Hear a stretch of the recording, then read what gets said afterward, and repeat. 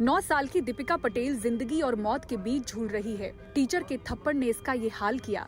मामला करीब 18 दिन पहले का है, जब मुंबई से करीब नाला सुपाड़ा में ट्यूशन क्लास में मस्ती कर रही दीपिका को उसकी टीचर रत्ना सिंह ने कान के पास जोर से थप्पड़ मारा। बाली कान में घुसी, पहले सूजन हुआ, जबड़े में तेज जकड़न हुई और फिर टेटनस का इन्फेक्शन इस कदर फैल गया कि बच्ची मुंबई के केजे सुमैया हॉस्पिटल में बीते 10 दिनों से वेंटिलेटर पर है। ये पेशेंट हमारे पास में 13 अक्टूबर को आया था पेशेंट, और जब हमारे पास में हमें कॉल आया था बेसिकली नाला सुपारा से एक बच्चा है जो टेटनस सस्पेक्ट कर रहे हैं और उसको आईसीयू केयर का रिक्वायरमेंट है। तो हमने जब पेशेंट कैजुअलिटी में आया तो पेशेंट ऑक्सीजन पे था, बट सैचुरेशन उसका अराउंड 60 to 70% के अराउंड था on oxygen by nasal prong. Then immediately हमने उसको वेंटिलेट करने के लिए लिया पेशेंट को, बिकॉज ऑक्सीजन नहीं मेंटेन कर रहा था। और हमने उसको बेसिकली उसको इतना ज़्यादा सीवियर स्पाज्म था तो उसका मुंह भी ओपन नहीं हो रहा था टू इंटूबेट। अभी तो कंडीशन नाजुक है और क्रिटिकल है, वेंटिलेटर पे है, बट एट प्रेजेंट उसका हीमोडायनेमिकली बेटर है, पहले से काफ़ी इम्प्रूव्ड है, ऑक्सीजनेशन वाइज भी बेटर है, लंग वाइज भी बेटर है।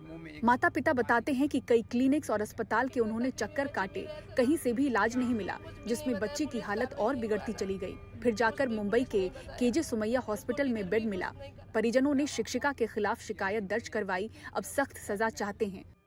टीचर के पास भेजा था मैं ट्यूशन, तो उसको कान पे मार दिया, तो कान पे मारा तो उसको पूरा मुंह में सूजन आ गया, उसको सांस को तकलीफ हो गई, पूरा जबड़ा लॉक हो गया। तो हम लोग मुंबई में बात घुमा, कोई एडमिट नहीं करा, तो तुरंत डॉक्टर बाहर इसे इधर लेके आई मैं। अभी बयान नहीं कर सकते, ऐसा दर्द था ना उसको कि अब बोलने से कुछ बयान नहीं हो सकता। मतलब ऐसा पूरा उसका ये पूरा लॉक हो गया था, मुंह लॉक हो गया, जकड़ गई थी, यहाँ से चल नहीं पा रहे थे, कुछ खा नहीं पा रही थी, एक मुंह में एक पानी का बोले तो बूंद भी नहीं जा रहा था उसके अंदर, ऐसा हालत हो गया था। यहाँ वहाँ बहुत किया लेकिन कहीं एक्सेप्ट नहीं किया। वो तो सर ने बोले कि मैं करता हूँ करके वो यहाँ पे किया, नहीं तो बहुत क्या कुछ भी नहीं बताया, पुलिस कार्रवाई नहीं हुआ ना, कुछ भी पुलिस नहीं बताया, उसको टीचर भी कुछ नहीं करा। वो तो ट्यूशन जा रही है पढ़ाने का, हम लोग को कितना तकलीफ है, बच्ची मेरे ऐसा सोई है, कुछ खाती नहीं पीती नहीं है। फोन करके भी नहीं पूछा कि बाबा तुम्हारी लड़की कैसा है, क्या है। टीचर ने आपसे अभी नहीं, यहाँ पे आने के बाद कभी उसने कॉल नहीं किया। मेरी बच्ची हाथी वैसे करके दो मेरे को।